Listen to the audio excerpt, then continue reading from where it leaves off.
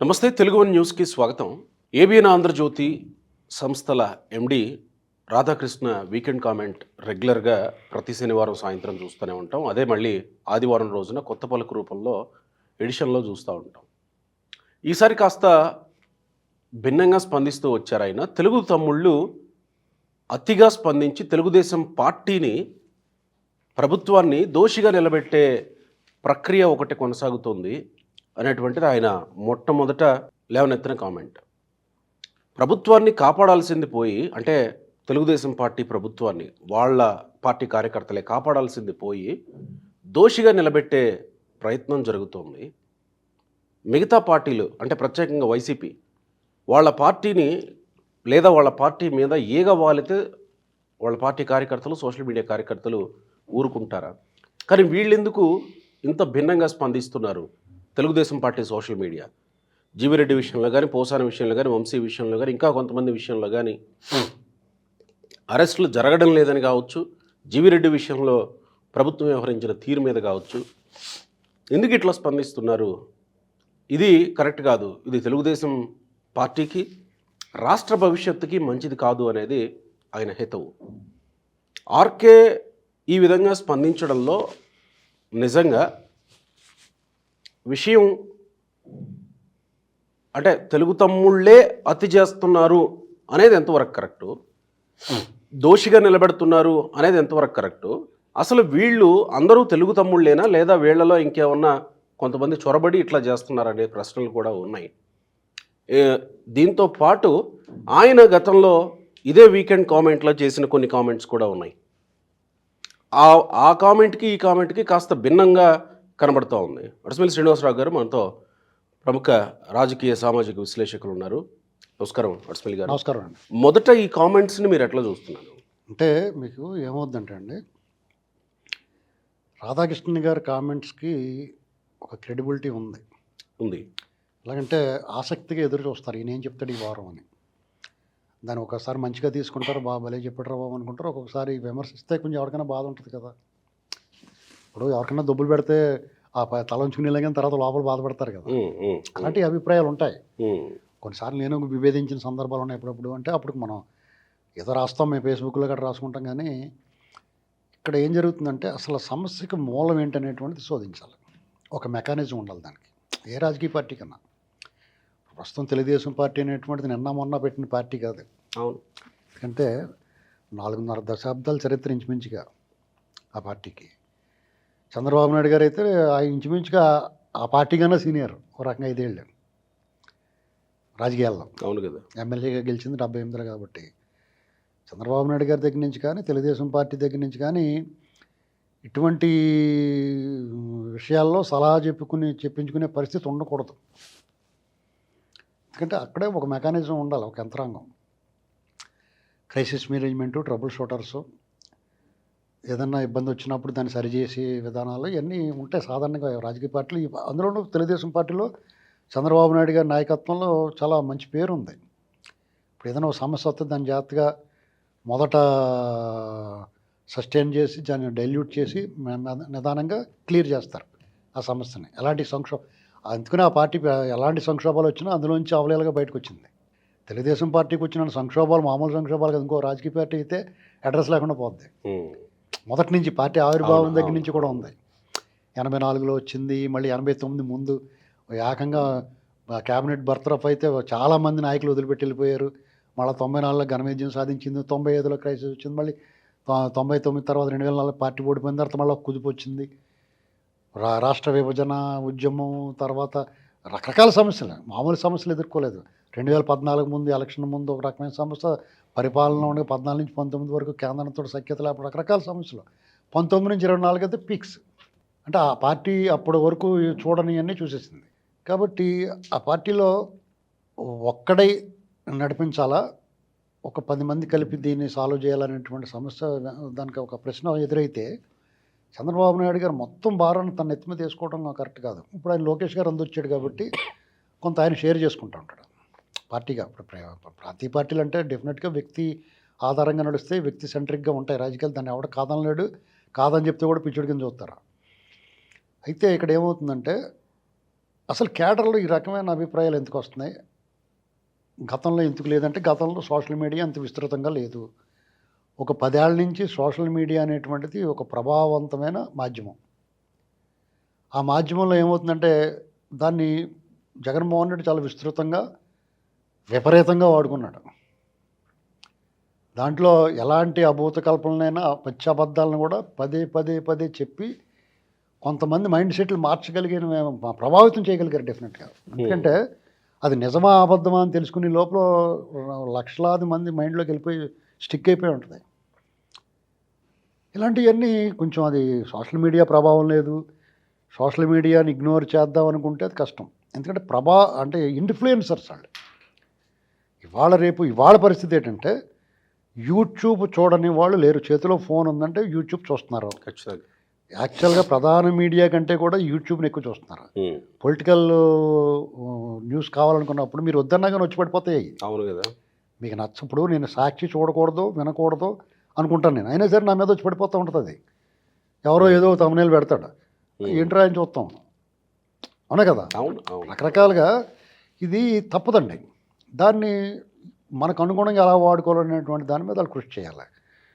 ఇప్పుడు చంద్రబాబు నాయుడు గారు ఈ ప్రభుత్వం, కూటమి ప్రభుత్వం మీద మనం అందరూ అనుకున్నంత వ్యతిరేకత ఉండడానికి అవకాశం ఉండదు. మరి ఎక్కడ చెప్పేదండి కనబడేది? ఇప్పుడు చెప్పేదండి అంటే అసలు లోపం లేదని నేను చెప్పట్లేదు. ఎందుకంటే దీన్ని 2 రకాలుగా చూసుకోవాలి. తెలుగుదేశం పార్టీ అలాగే కూటమిలో ఉన్న పార్టీలు వాళ్ళ కేడర్ కార్యకర్తలు ద్వితీయ తృతీయ శ్రేణులు ఇదొక సెక్షను. అలాగే సానుభూతి పరులు, తటస్థులు, సామాన్య ప్రజలు. వీళ్ళలో సామాన్య ప్రజలకి వీళ్ళు పథకాలు ఏమి ఇస్తున్నారా లేదా, రోడ్లు వేస్తున్నారా లేదా, ఇది చూసుకుంటారా, పీస్ఫుల్గా ఉన్నాం లేదా అని చూసుకుంటారా. అదే తటస్థులకు కూడా అది హ్యాపీగా ఉంది, అందులో వాళ్ళకి ఏ అభ్యంతరం లేదు. మరి పార్టీని ఒక రకంగా చెప్పాలంటే చంద్రబాబు నాయుడు గారు స్వయంగా చెప్పారు, పార్టీకి కార్యకర్తలకి మధ్య ఒక రకమైన బాండింగ్, ఎమోషనల్ బాండింగ్ అనేటువంటిది ఉంటుంది. అందులో తెలుగుదేశం పార్టీకి మరీ ఎక్కువ, ఖచ్చితంగా ఎమోషనల్ బాండింగే. వాళ్ళు ఏదో వాళ్ళు ఇస్తారు కాబట్టి మనం పని చేద్దాం అనేటువంటిది ఉండదు. కానీ వీళ్ళు పని చేశారు కాబట్టి ఏదో ఒకటి ఇవ్వడం అనేటువంటి వాళ్ళ ధర్మం. అర్థమైంది. దీంట్లో చిన్న డిఫరెన్స్ ఉంది. ఇస్తారని పని చేయరు వాళ్ళు, కానీ వీళ్ళు పని చేశారు కాబట్టి వాళ్ళకి ఏదో సంక్షేమం మేలో ఏదో ఒకటి చేయాలి, వాళ్ళ ఆత్మగౌరవాన్ని కాపాడాలనేటువంటిది పార్టీ తాలూకు ఉద్దేశం. అలాగే చేసుకుంటూ వస్తారు వాళ్ళు. ఇక్కడ అసలు అందరికీ ఎవరికి చేయట్లేదు అంటే డెఫినెట్గా చేస్తున్నారు, వాళ్ళకి అవకాశం ఉన్నంతవరకు చేస్తారు. కొంత అసలు ఎందుకు ఈ అసంతృప్తి ఈ టైపు బయటకు వచ్చిందనేటువంటి కారణం ఏంటంటే గత 5 సంవత్సరాల పరిపాలన దీనికి బేస్ దేనికన్నా 19 నుంచి 24 వరకు జగన్మోహన్ రెడ్డి అనేటువంటి వ్యక్తి అసలు ఈ దేశంలో ఏ రాజకీయ పార్టీ, ఏ రాజకీయ నాయకుడు వ్యవహరించిన తీరులో వ్యవహరించాడు. అంటే ఆబాల గోపాలము, పండితుల నుంచి పామర్ల వరకు, పసిబిడ్డల నుంచి వయోవృద్ధుల వరకు ఎవరికి కూడా అతను మనశ్శాంతి లేకుండా చేశాడు. ఒక భయాందోళన కలిగించాడు. అంటే ఒక మనిషి, ఒక రాజకీయ పార్టీ, ఒక నాయకుడు ఎన్ని తప్పులు చేయగలడో, ఎన్ని సెక్షన్స్లో చేయగలడో అన్ని తప్పులు. అంటే అవినీతి కంప్లీట్గా సంపూర్ణం చేశారు పూర్తిగా, దోపిడీ సంపూర్ణం, అరాచకం సంపూర్ణంగా, అది ఎక్కడ కూడా వెలితి లేకుండా కొంచెం కూడా వదలకుండా వాళ్ళు హ్యూమిలేషను, జుగుప్సాకరమైన భాష అన్నిటిలో కూడా పీక్స్.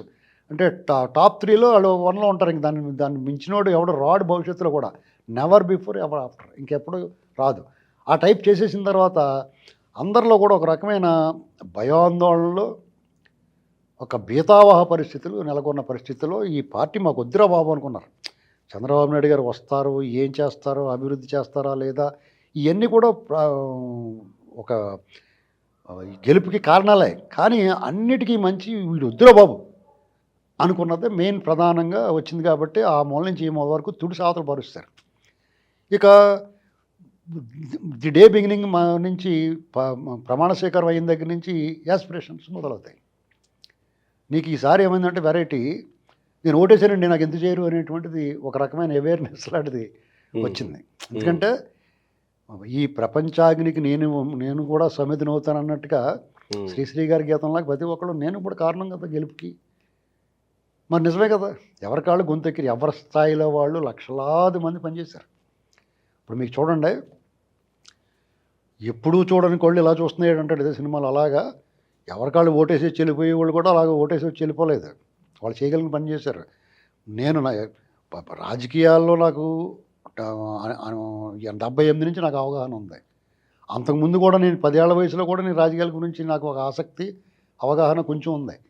తర్వాత ఈ ఎమ్మెల్యేలు, ఎంపీలు, సమితి ప్రెసిడెంట్లు ఇలాంటివన్నీ కూడా 78 నుంచి నేను క్లోజ్గా అబ్జర్వ్ చేస్తాను. 82 నుంచి అయితే పూర్తిగా అబ్జర్వేషన్ ఉంది నాకు. ఒక కరడుగట్టిన కాంగ్రెస్ వ్యతిరేక భావజాలంతో, మీ కమ్యూనిస్ట్ భావజాలంతో ఉన్న మా ఫ్యామిలీ, మేము ఆటోమేటిక్గా నాకు కూడా ఆసక్తి ఉంది. ఏ రోజు నేను బయటకు వచ్చి మాట్లాడింది లేదు. ఇప్పుడు మన భావాలు కానీ ఏదైనా సరే ఎక్కడన్నా 10 మంది ముందు మాట్లాడటమే తప్ప, రాయటం కానీ మాట్లాడటం కానీ సోషల్ మీడియా వేదికగానే మనకు ఒక అవకాశం దొరికింది. ఇప్పుడు ఏంటండి అవకాశం దొరికినప్పుడు డెఫినెట్గా మనం చెప్పాలనుకున్నది చెప్పాం. వినడానికి ఆసక్తి ఉన్న వాళ్ళు విన్నారు, లేని వాళ్ళు తిట్టుకునే వాళ్ళు అంటే తిట్టుకున్నారు. సోషల్ మీడియా విస్తృతం అవ్వడం వల్ల ఇప్పుడు తెలుగుదేశం పార్టీలో అందరికీ మాట్లాడే స్వేచ్ఛ, వాళ్ళ భావం ప్రకటించుకోవడానికి ఒక వేదిక దొరికింది కాబట్టి వస్తుందని అనుకోవాలి. లేదు, కార్యకర్తలను అర్థం చేసుకోవడంలో తెలుగుదేశం పార్టీ కానీ, లేదా తెలుగుదేశం పార్టీ అధినేతను అర్థం చేసుకోవడంలో కార్యకర్తలు కానీ ఎక్కడన్నా విఫలమైనట్టుందా? అలా కాదండి. గతంలో ఇదివరకు కథలు వేరు. ఇప్పుడు ప్రత్యేక పరిస్థితి, దానికి తగ్గట్టుగా మారాలి నాయకులు కూడా. ఎలాగంటే గతంలో ఏంటంటే పార్టీ గెలిచిందా లేదా, గెలిచిన తర్వాత ఎవడపనాలు చేసుకునేవారు. మన పార్టీ వచ్చిందిలే అని అభిమానులు, సానుభూతి పరులు, ప్రజలు కూడా పోన్లు వీళ్ళు ఏం చేస్తారో చూద్దాం, బాగా అయిపోతే నెక్స్ట్ టైం చూసుకుందాం అనుకుంటారు. ఒక రకంగా చెప్పాలంటే కుక్కుని పేనుల్లో పడి ఉంటారు. అయితే ఇప్పుడు ఎవరికి వాళ్ళకి మాట్లాడే అవకాశం దొరికింది. వాళ్ళ అభిప్రాయాన్ని విస్తృతంగా చెప్పుకోగలిగిన అవకాశం అయితే వచ్చింది.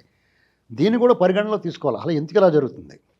100కి 100 మందిని మీరు మెప్పించలేరు, ఒప్పించలేరు. ఎందుకంటే ఈ పార్లమెంటరీ ప్రజాస్వామ్యంలోనే 51%కే విన్నింగ్.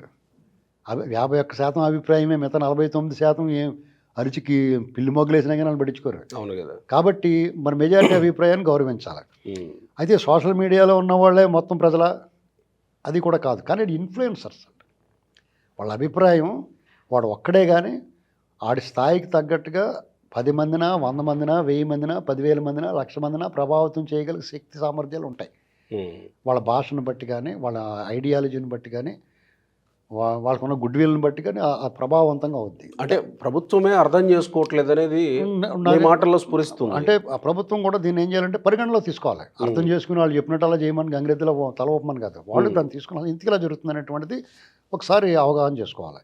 చేసుకుని సమస్యకి మూలాన్ని పరిష్కరించడం చిటికలో పని వాళ్ళకి. ఈ సమస్య ఏంటి, సమస్యను ఐడెంటిఫై చేస్తారు. ఆ సమస్యకి మూలం ఏంటి అనేటువంటిది ఐడెంటిఫై చేసి దాన్ని పరిష్కరించడం ఈజీ. వీళ్ళ సమస్య మూలాన్ని వీళ్ళు చెప్పేస్తున్నారు, మీకు మించి మంచిగా చెప్పేస్తున్నారు. అది నిజమే అనుకున్నప్పుడు వాళ్ళు దాన్ని పరిష్కరించడం ఈజీగా ఉంటుంది. అలాంటివి ఒక 2-3 జరిగినాయి అనుకోండి, ఇంకా చెప్తారు. మనం వద్దని చెప్పకూడదు. లోకేష్ గారు ఏమన్నాడు, మమ్మల్ని విమర్శించిన వాళ్ళకే మమ్మల్ని ప్రేమించినట్టు మా పార్టీకి మేలు జరుగుద్ది అన్నాడు ఆయన. అలాగని చెప్పి 10 దానికి నువ్వు తలసరిగ్గా దూకోలేదు, టచ్ చేసుకుంటే బాగుంటుంది నువ్వు, ఇలాంటివన్నీ చెప్పకూడదు. సరేనా? సహేతుకమైన, అర్థవంతమైన, నిర్దిష్టమైన, నిశ్చితమైన విమర్శ, సూచన ఉండాలి. సో జీవిరెడ్డి విషయంలో ఒక్కసారి వెల్లువెత్తింది, అది దాన్ని ఎట్లా చూస్తారు? 7 నెలల నుంచి నేను అదే చెప్పబోతున్నాను. 7 నెలల నుంచి ఏదో రూపంలో ఎంతో కొంత, దానికి కారణం ఏంటంటే ఇప్పుడు గెలిచిన 124లోనూ ఈ కూటమి ప్రభుత్వానికి సంబంధించి దాదాపు సగానికి సగం కొత్త వాళ్ళండి. వాళ్ళందరికీ ఆయా పార్టీలతో ఎమోషనల్ బాండింగ్ ఖచ్చితంగా లేదని చెప్తాను నేను. అంటే ఇప్పుడు కొంతమంది కొత్తగా జాయిన్ అయిన వాళ్ళు ఉంటారు, కొత్తగా రాజకీయాల్లోకి వచ్చిన వాళ్ళు ఉంటారు, కొత్తగా ఎమ్మెల్యేలు అయిన వాళ్ళు ఉంటారు. వీళ్ళందరికీ ఏమవుతుందంటే వాళ్ళు నిరూపించుకునే ప్రయత్నంలో వాళ్ళదంటూ ఒక స్థానం ఏర్పరచుకునే ప్రయత్నాలు చేస్తారు. ఒక నియోజకవర్గం ఉంటుంది, అక్కడ సీనియర్ నాయకులు 40 ఏళ్ళ నుంచి చేస్తారు. వాళ్ళకి ఏ రకమైన వాళ్ళు డబ్బులే దోలు తీర్చేసుకుని ఉంటారు. అది నిన్ను ఎవడు చేసుకోమన్నాడో నీ దోల అంటే కూడా నిజమే. మరి అది నిన్ను ఎవడు చేయమన్నాడో నీకు దోల, అవునా కదా? అలా కాదండి, నేను ఎవడు చేయమన్నాడు, నేను మాట్లాడానండి. ఓ రకంగా ఈ కూటమి ప్రభుత్వానికి మేము మద్దతుగా నేను మాట్లాడాను. నేను ఎవడు మాట్లాడమన్నాడు, నన్ను ఎవడు మాట్లాడమని చెప్పలేదు. రాష్ట్రం కోసం చేశాను అని అంటే సరే, రాష్ట్రం కోసం చేసావుగా, ప్రభుత్వం మారింది, సైలెంట్గా అంతే. మన అంతే కదా, అంతేనా? ఇప్పుడు అంతే కదండి. ఇప్పుడు మనం ఓకే, అలా కాదండి. మనం దీన్ని అంటే ఒక్కొక్కళ్ళ అభిప్రాయం ఒకలాగా. నా అభిప్రాయం అయితే నన్ను వాళ్ళు ఏమీ మాట్లాడమని చెప్పలేదు. జరుగుతున్న అన్యాయానికి మనం గొంతు ఇప్పాము, అంతవరకే. వాళ్ళు బలి మాట్లాడేవయ్యా అంటే అలాగేనండి, థ్యాంక్స్ అండి అంటాం. అంతేకాని నువ్వెవర్రా అంటే కూడా ఎక్కువ బాధపడకూడదు. నిజంగా అలా జరుగుతుంది. కొంతమంది ఎమ్మెల్యేలకు మేము ఎవరో తెలియదు, మరి మేము ఎవరి కోసం మనం బాధపడకూడదు. అదేలేండి. ఇప్పుడు కొంతమంది ఎమ్మెల్యేలు, నాకు మనం ఒక 2 ఎమ్మెల్యేలు కలిసారు ఒక చోట, వాళ్ళకి నేను నా ఇంకా ఎగదగ్గర చూస్తుంటే అంటే ఈ ప్లేస్లో ఇతను ఉన్నాడేటి అన్నట్టు చూస్తుంటే వాళ్ళు అంటే ఆ ప్లేస్లో చాలా వీఐపీలు ఉండి ప్లేస్ అక్కడ ఎవరినో కలవటానికి వెళ్ళినప్పుడు ఇతను ఉన్నాడేటి ఇక్కడ అన్నట్టుగానే ఎవరైనా మీరు అడిగారు ఆసక్తిగానే వాళ్ళే అడిగారు.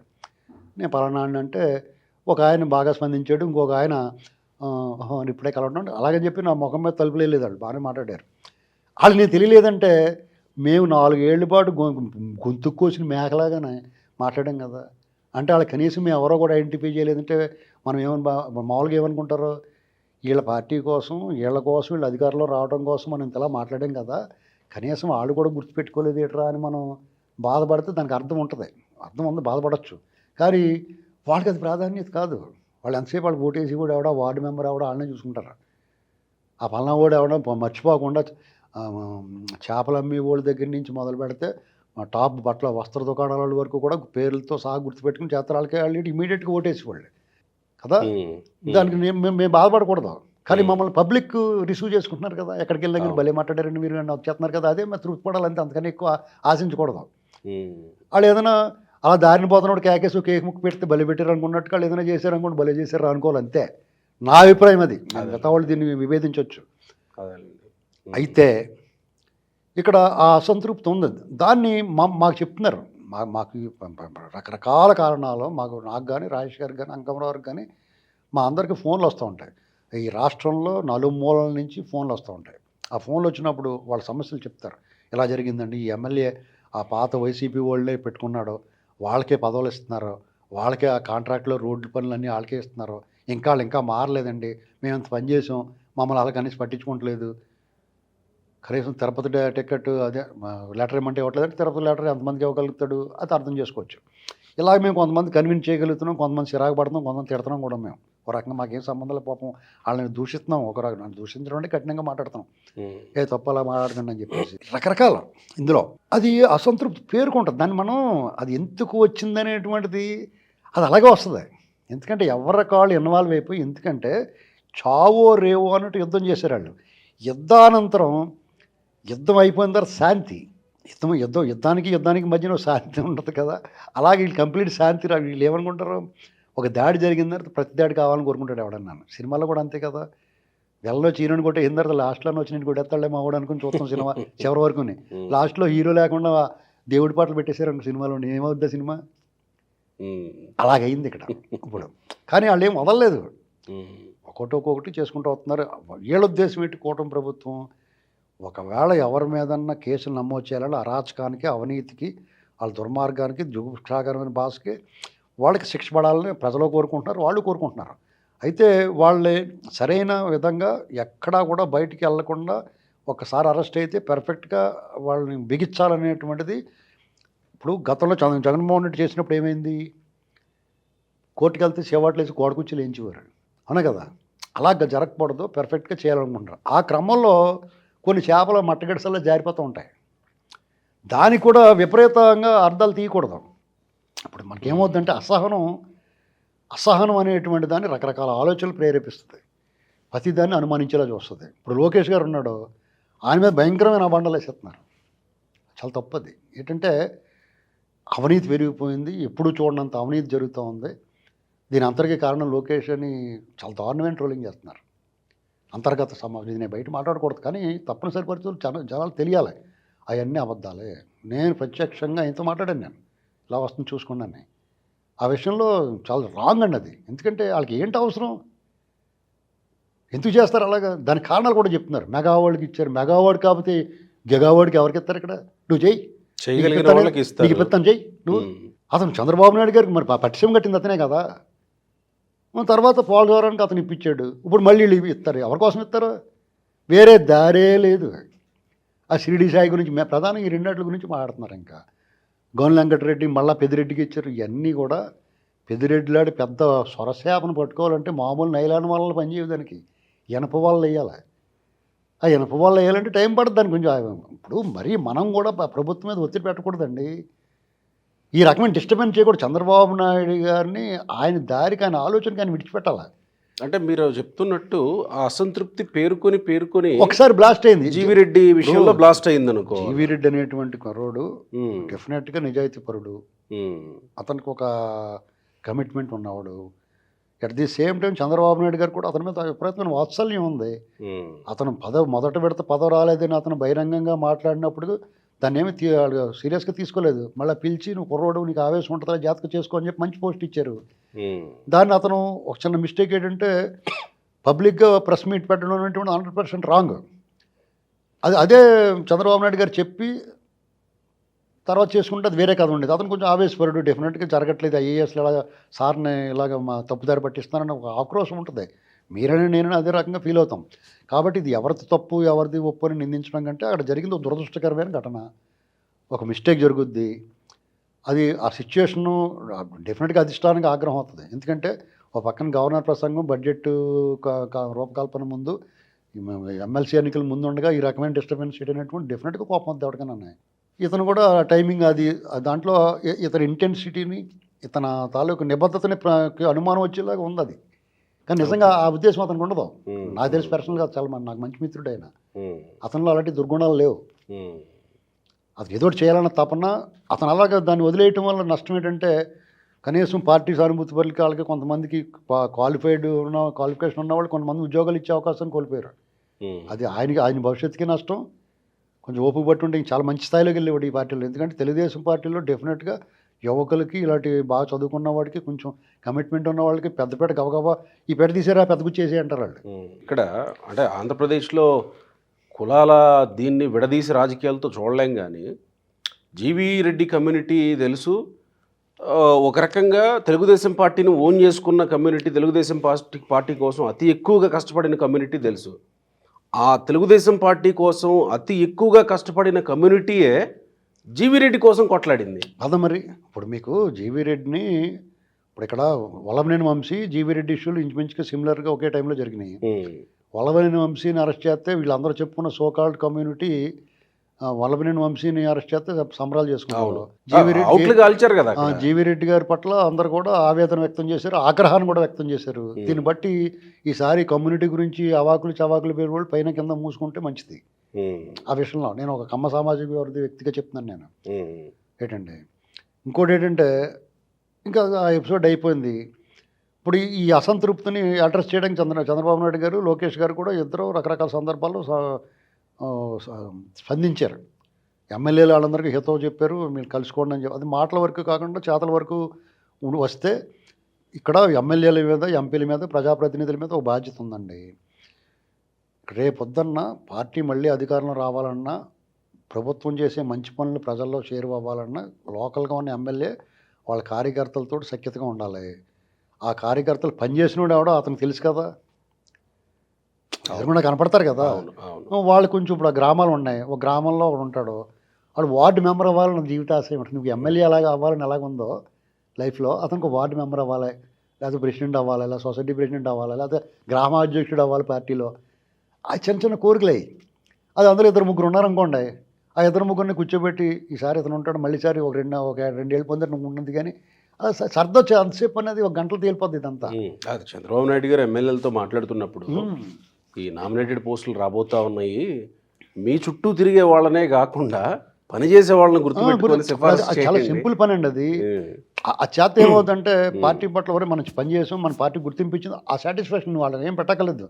కాంట్రాక్టులు ఉంటాయి, నువ్వు డబ్బు ఇచ్చి ఏం చేయించవు కదా, వాళ్ళే చేసుకుంటారు వర్క్.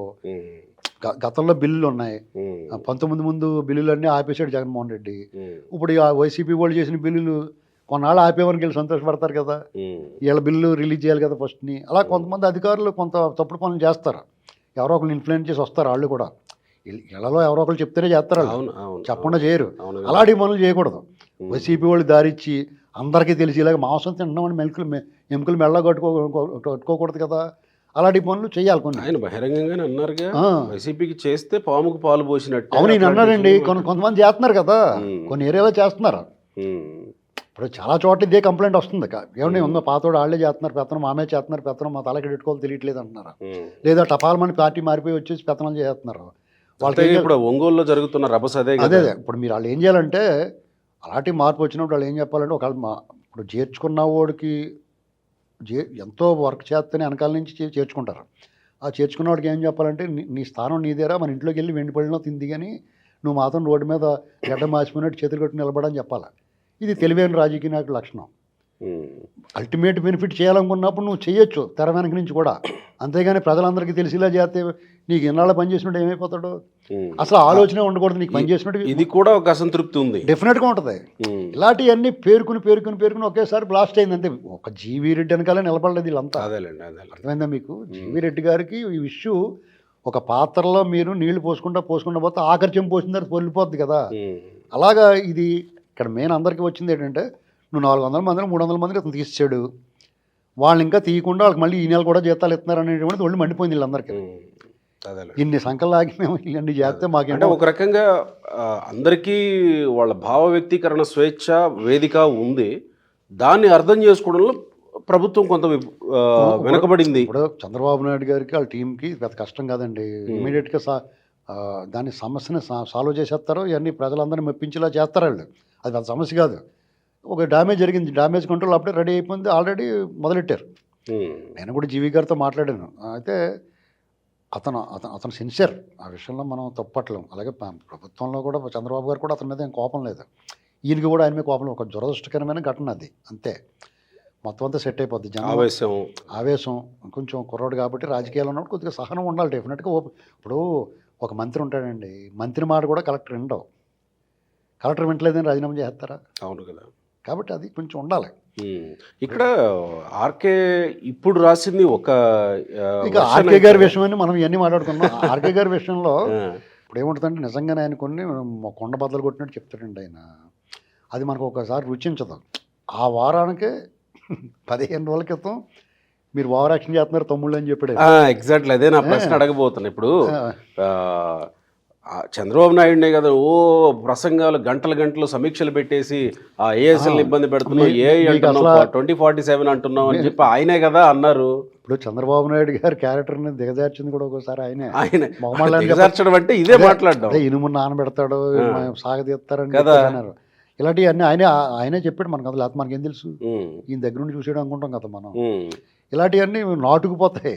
మరి ఇప్పుడేమో మళ్ళీ ఇలాంటి అంటే ఒక వారం క్రితం తెలుగు తమ్ముళ్ళు అది ఇది అని మాట్లాడాను. ఇప్పుడు మళ్ళీ తెలుగు తమ్ముళ్ళకి మళ్ళీ ఇప్పుడు అతి చేస్తున్నారు, ఈ వారం కూడా డబ్బులు పెట్టాడు. మరి కొన్ని విషయాల్లో ఆయన పత్రికలో, ఇప్పుడు టీడీపీ పత్రికలో ఈనాడు ఎవడేమనుకున్నా కానీ వాళ్ళు ఎంత నిష్పక్షపాతంగా దమ్ముతోటి రాసినా కానీ ఆ 2 పత్రికలని టీడీపీ పత్రికలు అనుకుంటాడు. అనుకూల పత్రికలు ఆ ముద్ర చెరిపేలేరు. అందులో ఏదన్నా వీళ్ళ మీద విమర్శ వచ్చిందనుకోండి, ఖచ్చితంగా అది నమ్ముతారు నిజమని. ఇప్పుడు ఈనాడు ఉందనుకోండి, జగన్మోహన్ రెడ్డిని ఆఖరి 6 నెలల్లో అతని హయాంలో శస్త్రచికిత్స చేసి ఏ పేడు తీసేసి కుట్లేస్తాం మానేశారు వాళ్ళు. ఆంధ్రజ్యోతి కూడా అలాగే రేపు ఏం జరుగుతుంది ఇవాళ జ్యోతిష్కం అని చెప్పేసి వాళ్ళు. షర్మిల గారి విషయం, విజయసాయి రెడ్డి విషయం, రకరకాల విషయాలు. మరి డెఫినెట్గా ఒక విశ్వసనీయత, క్రెడిబిలిటీ వచ్చేసింది. ఇప్పుడు ఈ తెలుగుదేశం ప్రభుత్వం సానా సతీష్ గురించి ఏం రాసాడు అయినా, మరి అది ఇప్పుడు మళ్ళీ సానా సతీష్ మంచివాడు అంటే ఏమంటారు? అంచేత సానా సతీష్ గురించి ఆయన రాసిన తర్వాత సానా సతీష్ మీద ఒక అభిప్రాయం ఏర్పడుతుంది అందరికీ. ఇప్పుడు మళ్ళీ సానా సతీష్ వీళ్ళందరితోటి తిరిగేస్తున్నాడు అనుకోండి, ఆయన ఎంపీ అయిపోయాడు, ఆయన వెనకాల ఏం పని చేసాడు ఎవరికి తెలుసు? వాళ్ళకి తెలుసు, ఇచ్చిన వాళ్ళకి, పదవి ఇచ్చిన వాళ్ళకి, అంతే కదా. ఇప్పుడు నాకు అందరూ కూడా నేను కొంతమంది గురించి మంచిగా మాట్లాడతాను, మీకు నచ్చకపోవచ్చాడు, కానీ నాకు ఏం సహాయం చేసాడో తెలియదు కదా. అవును కదా. పార్టీకి ఆ టైంకి ఏమైనా ఏ రూపంలో చేయొచ్చు, ధన సహాయం చేయొచ్చు, లేకపోతే మాట సహాయం చేయొచ్చు, రకరకాలు ఉంటాయి. ఒక రాజకీయ పార్టీకి మనం కత్తి మీద నిలబెట్టినట్టు చేస్తే కత్తి ముక్క కింద కొడతాం, కుదరదండి అది. కొంతమంది ఆఫీసర్ల విషయంలో కూడా అది అర్థం చేసుకోలేదు. దాన్ని బయటికి ఎక్స్పోజ్ చేయకూడదు, దాన్ని. అర్థమైందా మీకు? అది చాలా కష్టం అండి. ఇప్పుడున్న రోజులు ఈ విషయంలో చాలా కష్టం ఇది. దానికి తగ్గట్టుగా కత్తి మీద సోమగారెడ్డి చేసినట్టే. అంటే 2 వెర్షన్స్ ఆయనే చెప్పడం అంటే ఇక్కడ సహజంగానే 2 వెర్షన్స్ ఆయనే చెప్పారు కూడా, ఆయన విమర్శలు ఫాలో అవుతున్నాడు కూడా. ఇప్పుడు కన్విన్స్ చేయలేరు. ఇప్పుడు ఏంటి డ్యామేజ్ అయిపోతుందంటే దాన్ని కవర్ చేయడం కోసం మాట్లాడుతున్నట్టు అనిపిస్తుంది, కానీ ఆయన చెప్పింది వాస్తవమే. ఇప్పుడు నా పరిమితి ఎంతవరకు ఉంటుందండి? చంద్రబాబు నాయుడు గారు ఇది ఇలా తప్పు జరుగుతుందండి మీ ప్రభుత్వంలో, కొంచెం చూసుకోండి అని సలహా చెప్పడం వరకు నేను ఉండాలి. కానీ సోషల్ మీడియాలో ఏకంగా చంద్రబాబు నాయుడు గారు ఉనికి ఆయన ఇజ్జత్గా సావాలా, ఆయన ప్రతిష్ట భంగం కలిగేలా మాట్లాడడం తప్పు కదా. నువ్వు తెలుగుదేశం పార్టీ సానుభూతి పార్టీ మాలాంటి వాళ్ళు మాట్లాడితే ఇంకా వేరే. తెలుగుదేశం పార్టీ సానుభూతి పరులు అయ్యి ఉంటే నేను తెలుగుదేశం పార్టీ పచ్చరత్వం అన్నవాళ్ళు చంద్రబాబు నాయుడు గారిని ఇష్టపడని మాట్లాడటం కరెక్ట్ కాదు. ఒకనొక దశలో ఏ ఎక్స్టెంట్ అంటే 95 ఎపిసోడ్ని గుర్తు చేస్తూ కూడా మాట్లాడారు. అదే అది మీకు మరి 95 ఎపిసోడ్ గుర్తు చేస్తే మాట్లాడే నెక్స్ట్ ఎవరు అయితే జగన్మోహన్ రెడ్డికి అలాంటి ఏడు మోహముడికి మళ్ళీ ఛాన్స్ ఇస్తారు మీరు, దుర్మార్గుడికి అరాచకవాదికిని. ఇక్కడ ఒక టేక్ ఇట్ ఫర్ గ్రాంటెడ్ ఉంది టీడీపీకి. జగన్మోహన్ రెడ్డి అనేటువంటి ఇప్పుడు వీళ్ళు ఓవరాక్షన్ చేస్తే జగన్మోహన్ రెడ్డి నాలుగు ఎగతారు ఒకసారి బయట రావయ్యా అని. ఎవడో అరెస్ట్ చేస్తారు, అతను బయటకు వచ్చి మాట్లాడి పనికి మళ్ళీ మాటలు మాట్లాడతాడు. ఓరు బాబు వీడు వచ్చేస్తాడు బాబు అని మళ్ళీ టీడీపీ పోతారు అందరూ. అది ఆడాని అడ్వాంటేజ్ వాళ్ళకి. అదేలేండి. మరి అంత వెసులుబాటు ఉన్నప్పుడు రాజకీయ నాయకులు కొంచెం నిదానంగా ఇద్దాంలే, ఏంటి మనకేం పోయింది అనుకుంటారు. వాళ్ళు చేసిన మిస్టేక్ ఏంటంటే 9 నెలలు అయిపోయినాయి. ఆ పార్టీలో 300 మంది ఆశావాహులు ఉంటారు, పార్టీకి పనిచేసిన వాళ్ళు ఉంటారు, సీట్లు త్యాగం చేసిన వాళ్ళు ఉంటారు. వాళ్ళందరికీ టాపామని ఇచ్చి పాడదబ్బులు ఎవడు అడుగుతాడండి? దానికి వాళ్ళు ఎవరు అడగరు కదా. అవును కదా. ఎవరిని అడిగితే కూడా నువ్వెవరు అడగడం అదలు బాగుని చెప్పొచ్చు. అక్కడ ఆ తెగింపు లేదు, దానివల్ల కూడా కొంత ఉంటుంది. ఇప్పుడు పార్టీలో రకరకాల ఆశావాహులు ఉంటారు, వాళ్ళందరికీ అసంతృప్తి ఉంటుంది. డెఫినెట్గా రాకపోతే ఇప్పుడు మీకు ఇస్తానన్నది ఇవ్వకపోతే మీకు కోపం వస్తుంది కదా. మీకు మంచి మిఠాయిలు పట్టుకొస్తానని నేను చెప్తాను, 4 సార్లు కలిసినా కానీ ఇంకో మళ్ళీ వారం పట్టుకొస్తాను ఇచ్చేలేరా నువ్వు అనుకుంటారా అనుకోరా, ఇదే అంతే. సో ఆ కంట్రోల్ దిశగా ఏమన్నా డెఫినెట్గా అనుకోవచ్చు. ఇప్పుడు అది చాలా మంచి జరిగింది పార్టీకి. ఓకే, జీవిరెడ్డి ఎపిసోడ్ డెఫినెట్గా పార్టీకి చాలా మేలు చేసింది. అందరు తిట్టుకుంటున్నారు కానీ జీవిరెడ్డిని కొంతమంది డెఫినెట్గా నిజాయితీగా ఉండి కమిటెడ్గా ఉండి పార్టీ అధినేతను ధిక్కరించినట్టు ఉందో. అప్పుడు ఒక వెర్షన్లో జీవిరెడ్డి నిజాయితీ అన్నీ కనిపిస్తున్నాయి. ఇంకో వెర్షన్లో ఏంటంటే పార్టీకి చెప్పకుండా వాళ్ళ అధినేతకి అంత యాక్సెస్ ఉన్నప్పుడు అతనికి చెప్పకుండా ప్రెస్ మీట్ పెట్టడం 100% రాంగు. రాజీనామా చేసి పత్రికలు రిలీజ్ చేయకుండా చంద్రబాబు గారికి ఇచ్చి చంద్రబాబు గారి డెసిషన్ తర్వాత అతను బయటకు వస్తే మేలు. ఆ రెండు చేయలేదు అతను. ఇలాంటివి కొన్ని అంతర్గతంగా ఉంటాయి కొన్ని తప్పులు.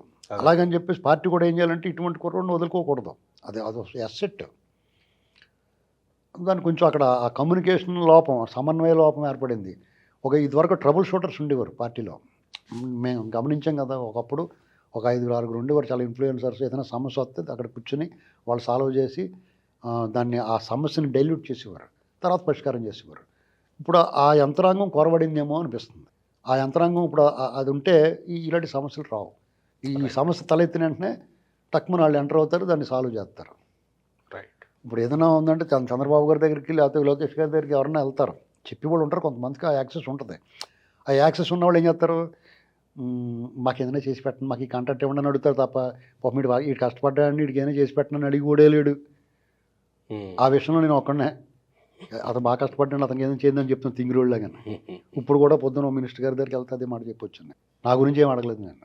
అప్పుడు వాళ్ళకి కొంచెం విలువ ఉంటుంది. ఆ స్వార్థం నాకు ఉంది. మనం అలా పని చేస్తే మనకు విలువ ఉంటుంది. వాళ్ళ దగ్గర మళ్ళీ ఏదైనా చెప్తే వింటారండి. వెళ్ళినప్పుడల్లా నాకేమో 10,000 పంపండి, లేకపోతే నాకు ఏదైనా ఇవ్వండి, ఒక మొట్టలో ఖర్జూరం పొట్టలు ఇవ్వండి అని అన్నాను అనుకో, ఓరు బాబు వీడు వచ్చాడంటే పక్క దాక్కుంటారు. ఏంటండి ఇది కూడా అన్ని రకాలు ఉంటాయి, అన్నీ ఆలోచించాలి. ఇది ఒక సిస్టమ్, ఒక పార్టీ అనేటువంటిది ఒక సమూహం అండి. ఇప్పుడు చంద్రబాబు నాయుడు గారికి ఒక మల్టీ టాస్క్స్ ఇదివరకటి ప్రభుత్వంలో పరిపాలన వేరు, ఈ ప్రభుత్వం పరిపాలన వేరు. ఒక రకంగా అదృష్టం ఏంటంటే పవన్ కళ్యాణ్ గారు అన్ని విధాలు సహకరిస్తున్నాడు ఆయన. ఏంటండి బాగుంది పరిస్థితి. దీన్ని వాళ్ళు ఇంకా జాగ్రత్తగా మలుచుకుని ఒక రకంగా పార్టీ క్యాడర్ని సంతృప్తిపరచకపోతే నష్టపోదు. ఇది అల్టిమేట్గా రాబోయే రోజులు నష్టం వస్తుంది అనమాట. వాళ్ళందరినీ హ్యాపీగా ఉంచాలి. నీ కోసం కష్టపడిన వాళ్ళని వాళ్ళు చేయట్లేదు అనట్లేదు. వాళ్ళు ఇప్పుడు ప్రజా దర్బార్ ఉంటుంది, ఎవడేమడితే చేస్తున్నారు. సోషల్ మీడియాలో చూసి కూడా లోకేష్ గారు స్పందిస్తున్నాడు. అవును కదా. ఇప్పుడు ఇది సోషల్ మీడియా దీన్ని ఈ క్లమ్జీనెస్ని కొంచెం దీన్ని క్లియర్ చేయాలి. ఒక యంత్రాంగం ఏదో ప్రయత్నాలు జరుగుతున్నాయి. డెఫినెట్గానే ఆ సమాచారం నాకు ఉంది. డెఫినెట్గా సాల్వ్ అవుద్దండి. Right sir, thank you.